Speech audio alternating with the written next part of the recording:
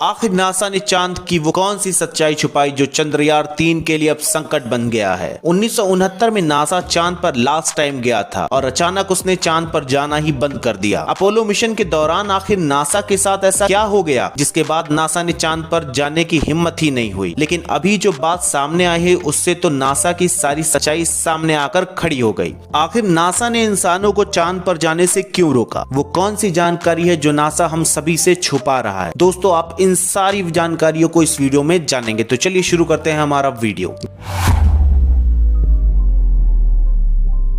11 अप्रैल 1979 को Apollo 13 mission launch हुआ। दोस्तों इस मिशन में अपोलो चांद पर पहुंचा भी, लेकिन उसके बावजूद एस्ट्रोनॉट चांद पर नहीं उतर पाए। चांद पर उतरने की हिम्मत कैसे एस्ट्रोनॉट में नहीं हुई? अगर विस्तार से बात करें तो 1959 को सोवियत संघ के मून मिशन से पहली बार चांद को छुआ। अब अपने दुश्मन यानी कि सोवियत संघ को पीछे निकालने के लिए नासा भी चांद की तरफ बढ़ा और नासा ने चांद पर स्पेसक्राफ्ट ही नहीं बल्कि एस्ट्रोनॉट भी चांद की सतह पर उतार दिए। ये वही समय था जब नील आर्मस्ट्रांग ने चांद की जमीन पर कदम रखा। नासा ने 1969 से 1972 तक चांद को कई बार छुआ। अमेरिका करीब 6 बार चांद की सतह पर कदम रखता है, जहां यह सफर अपोलो 11 से शुरू होकर अपोलो 17 तक जाता है। अब इनमें से 6 ही सफल हो पाए और एक मिशन ऐसा था जो चांद तक तो गया लेकिन वहां लैंडिंग नहीं कर पाया। 11 अप्रैल 1970 को अपोलो 13 चांद की तरफ रवाना होता है। इस मिशन पर जाने से पहले जिम कॉवेल, फ्रेड हेज और केन मैटिंगली को चुना गया। अब केन मैटिंगली की जब पूछताछ हुई तो उस पर जर्मन के खुफिया एजेंट होने का शक हुआ और इसीलिए उन्हें मिशन से हटाकर जैक स्वैगर को रखा गया। उन्हें अपोलो 13 का हिस्सा बनाया गया। जब ये सभी यात्री स्पेस में 56 घंटे बिता चुके थे तब जैक ऑक्सीजन की जांच करने जाते हैं, लेकिन ऑक्सीजन टैंक विस्फोट हो जाता है। उस समय वो धरती से 4 लाख किलोमीटर की दूरी पर थे और वो चांद पर पहुंचने ही वाले थे, लेकिन ऑक्सीजन टैंक में ब्लास्ट होने की वजह से वो चांद पर लैंडिंग नहीं कर पाए। अरबों रुपए और सालों की मेहनत एक छोटी सी गलती से बर्बाद हो गई। एस्ट्रोनॉट चांद के सामने देख रहे थे लेकिन चांद पर कदम नहीं रख पा रहे थे। एस्ट्रोनॉट ने उस समय तुरंत नासा को मैसेज भेजा कि ह्यूस्टन यहाँ समस्या आ गई है। इस खबर ने सबके होश उड़ाकर रख डाले। ऑक्सीजन का दूसरा टैंक 0 हो चुका था।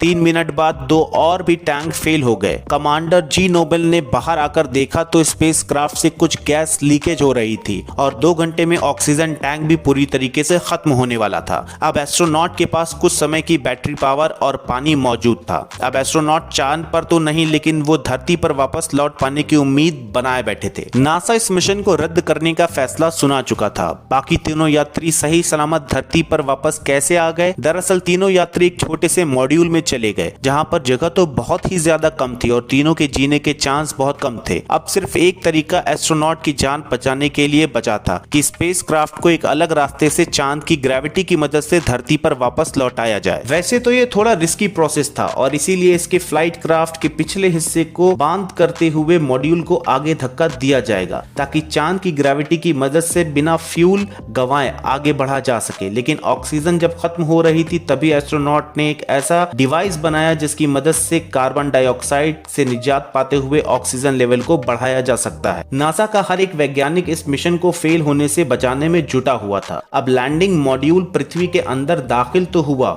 लेकिन नासा के साथ उसका संपर्क टूट गया। 6 मिनट तक नासा के वैज्ञानिकों को कोई खबर नहीं थी, लेकिन तभी एक ऐसी खबर आई जिससे खुशी की एक लहर दौड़ उठी और ये खबर ये थी कि 6 मिनट बाद अंतरिक्ष यात्री प्रशांत महासागर में सेफ लैंडिंग कर गए। अब नासा ने अपोलो 17 के बाद चांद से एकदम दूरी बना ली, जिसके पीछे का कारण आज तक कोई नहीं जानता। दोस्तों आपको क्या लगता है कि आखिर नासा ने अचानक चांद पर जाना क्यों बंद कर दिया? क्या उनको वहां पर एलियन की गतिविधि मिली या कोई और खतरा था? आप कमेंट में मेंशन करें और ऐसे अमेजिंग वीडियोस के लिए हमारे चैनल पर विजिट करते रहें। तब तक के लिए thank you, take care, bye bye.